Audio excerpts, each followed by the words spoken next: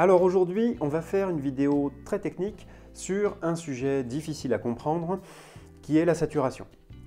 La saturation n'existe pas physiquement et du point de vue d'une caméra ou d'un écran, elle n'existe pas vraiment non plus.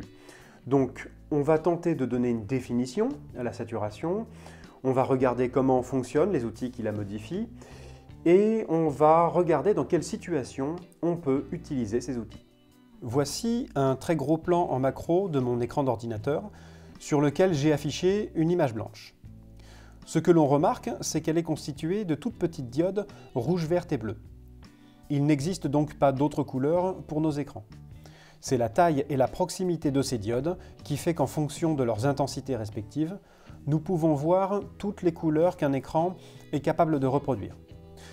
Voici maintenant une image rouge, que l'on voit représentée dans le vectorscope, en haut à droite, par le petit point lumineux.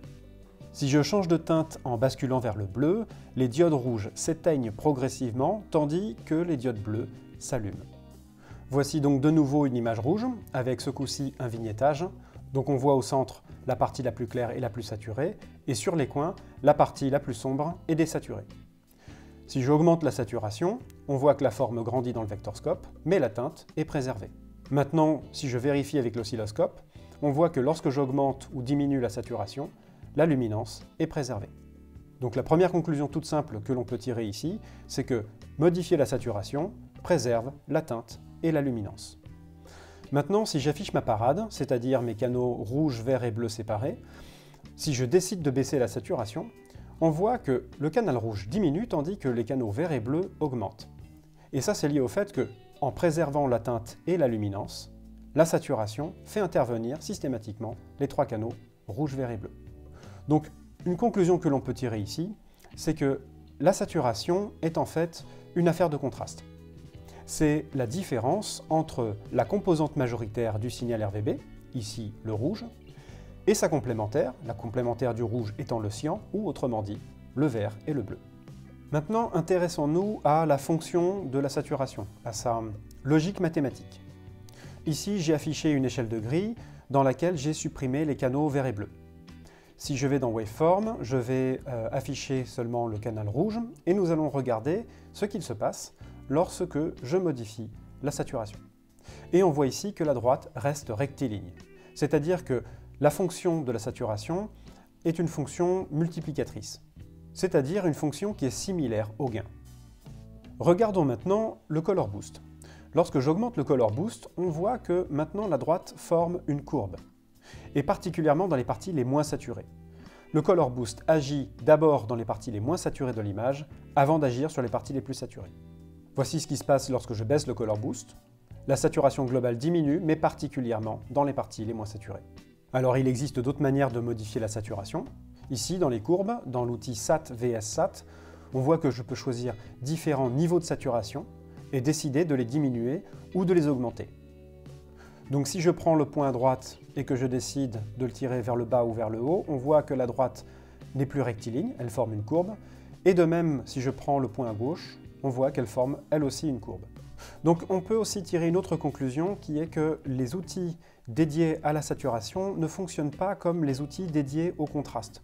On a vu dans une précédente vidéo que les outils associés au contraste étaient tous similaires, ils fonctionnaient selon la même logique. En ce qui concerne les outils dédiés à la saturation, la logique est toujours différente. La fonction qui leur est associée, la manière dont ils agissent sur la saturation, diffère d'un outil à l'autre. Je vous montre une autre manière de travailler la saturation. Si vous allez dans l'outil courbe traditionnel, que vous sélectionnez juste la luminance, vous la passez à 50, c'est-à-dire que sa fonction devient nulle, vous la réassociez à la chrominance, et à ce moment-là, vous pouvez décider d'agir sur la saturation de manière semblable à l'outil saturation, c'est-à-dire avec une fonction de gain. Vous pouvez également agir sur la courbe, c'est-à-dire choisir différents niveaux de saturation et les augmenter ou les diminuer. Donc regardons maintenant concrètement comment utiliser ces outils. Voici une image avec des immeubles plongés dans l'ombre avec une couleur bleue, moins saturée que la couleur orange du ciel puisque c'est un coucher de soleil. Mettons que j'ai envie de privilégier la couleur du coucher de soleil et de diminuer la saturation dans les ombres. Donc je peux par exemple baisser le Color Boost, qui va baisser la saturation sur l'ensemble de l'image, mais en priorité dans les parties les moins saturées, Et je peux compenser en réaugmentant la saturation de l'autre côté. Je vais copier l'image, et maintenant on va faire le travail inverse en diminuant la saturation du coucher de soleil et en augmentant la saturation dans les ombres. Si je compare avec le réglage précédent, on voit que les deux images sont extrêmement différentes alors qu'on a touché seulement à la saturation. Évidemment, si je veux, je peux reproduire le même effet avec l'outil SAT vs SAT, mais n'oubliez pas, ils ont une logique différente. Donc, c'est à vous de tester les différents outils et de les utiliser dans les situations que vous trouvez les plus indiquées. Alors, il faut quand même rappeler une chose. Pour la machine, la saturation, c'est juste une manière de donner une dimension à la couleur. C'est une coordonnée pour nous aider à la représenter. Mais surtout, elle n'existe pas physiquement.